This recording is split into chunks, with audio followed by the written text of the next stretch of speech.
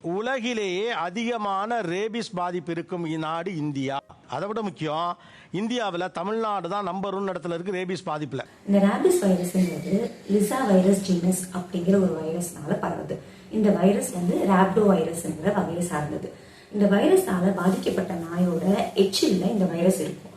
அதனாலதான் அந்த நாயோட எச்சில் நம்ம மேல பட்டா நமக்கு இன்ஃபெக்ட் ஆகுது.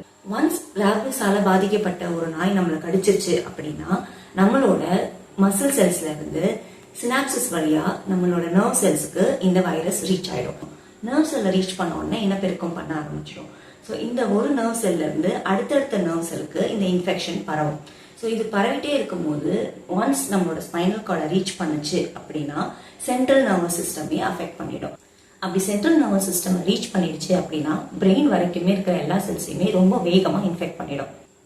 இந்த ரேபிஸ் வேக்சினேஷன் எப்படி வேலை செய்யும் அப்படின்னா, நம்ம ரத்தத்துல கலந்து நம்மளோட நோய் எதிர்ப்பு சக்தியை அது தூண்டு வைக்கும் இன்ஆக்டிவ் வைரஸ் மூலயமா.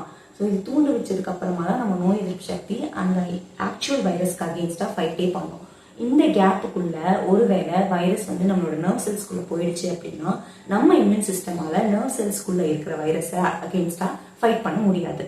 அதனாலதான் 0th டேல இருந்தே நம்ம வேக்சினேஷன் எடுக்கணும். ரேபிஸால இன்ஃபெக்ட் ஆனவங்களுக்கு சிம்டம்ஸ் தெரிய ஆரம்பிச்சிருச்சு அப்படின்னா அவங்க கிட்ட இருந்து ஒதுங்கி இருக்கிறத தவிர்த்து வேற வழி கிடையாது. அப்போதான் மற்றவங்களுக்கு இந்த இன்ஃபெக்ஷன் பரவாம நம்மளால பாதுகாக்க முடியும். ஏன்னா எங்க அம்மாவோட சேர்த்து அதே ஸ்டேட்ல 3 பேருக்கு கிடைச்சது. செகண்ட் வீக்ல ஒரு அங்கிள் இறந்தாரு. மற்றவங்களுக்கும் நீங்க அவேர்னஸ் கிரியேட் பண்ணணும்னு நினைச்சீங்கன்னா இந்த வீடியோவை ஷேர் பண்ணுங்க.